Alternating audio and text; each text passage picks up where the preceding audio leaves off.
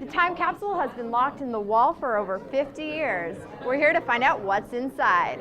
In 1957, a group of communication students created a time capsule. It celebrated the 50 years since the first journalism class at UW. The capsule remained untouched, or so they thought. On top of the memorabilia from 1957, there were a few surprises. It seems as though some pranksters from the early 80s broke into the time capsule. Among their contributions, there were dirty magazines and dirty underwear. I don't think any of us knew what was going to be in there, and I think the last thing we were expecting was this large piece of pretty significant pornography at the top.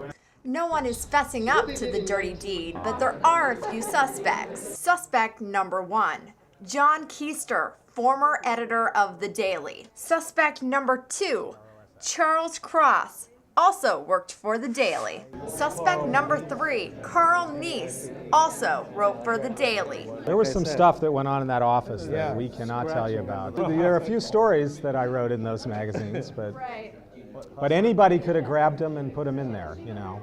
They tried to shift the blame to the director of the department. So if there's anybody here that is a likely suspect, it probably is him. Even though no one admitted to it, the contents were a big hit. It was just very shocking, but very funny, so we all had a good laugh about it. The department is putting together a new time capsule to be opened in another 50 years. Inside, there will be digital media, documentaries, and a scrapbook of ads. If you'd like to contribute, just send an email to this address. Reporting from the University of Washington, I'm Stephanie Smith for the Daily Videocast.